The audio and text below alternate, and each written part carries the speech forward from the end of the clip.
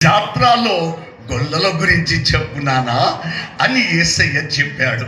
నిజంగా గొల్లల గురించి ఈ దినమున నీ జీవితంలో 2025 సంవత్సరాల క్రితము ఆ గొల్లల జీవితంలో ఏది జరిగిందో ఈ 2025 సంవత్సరములో నీ జీవితంలో దేవుడు అది చేయాలని యేసయ్య ఆశపడుతున్నాడు.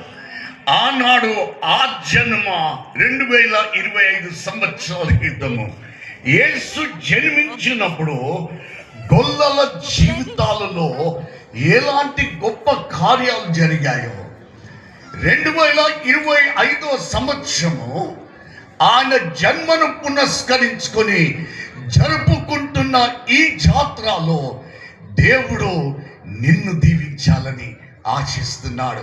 నువ్వు ఎవరైనా పర్వాలేదు, నువ్వు పేదవాడు కావచ్చు, ధనికుడు కావచ్చు, చదువు లేనివాడు కావచ్చు, చదువు ఉన్నవాడు కావచ్చు, నీ చిన్న బిడ్డ అయినా, నీ యవ్వన కుమారుడు కుమార్తె అయినా, నీ భర్త అయినా, నీ భార్య అయినా, ఎవరి జీవితంలోనైనా యేసు ఆ గొల్లల జీవితంలో చేసింది నీ జీవితంలో కూడా దేవుడు చేయాలని ఆశిస్తున్నాడు.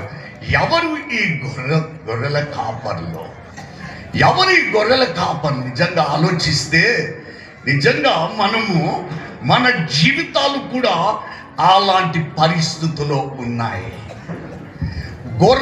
గొర్రెల కాపర్లు ఎలాంటి స్థితిలో ఉన్నారో ఈ రాత్రి ఈ మధ్యాహ్న వేళలో నీవు కూడా అలాంటి పరిస్థితుల్లో బ్రతుకుతుండొచ్చు. ఈ గొర్రెల కాపర్లు వెలివేయబడిన కాపర్లు. ఈ మధ్యాహ్న వేళలో కొందరు ఇంట్లో నుండి వెలివేయబడిన భార్యలు ఉండొచ్చు, ఇంట్లో నుండి వెలివేయబడిన భర్తలు ఉండొచ్చు, వెలివేయబడిన యవ్వన కుమార్తెలు కుమారులు ఉండొచ్చు, వెలివేయబడిన పిల్లలు ఉండొచ్చు, చివరికి వెలివేయబడిన తల్లిదండ్రులు కూడా ఉండొచ్చు. ఎందుకొరకంటే ఈ దినాలలో ఈ నవీన కాలములో యవ్వన కొడుకులు మంచి ఉద్యోగాలు చేస్తుంటే అమ్మ నాన్నను కూడా ఇంటికి రప్పించుకోవడానికి ఇష్టం లేక వెలివేస్తున్న పరిస్థితులు.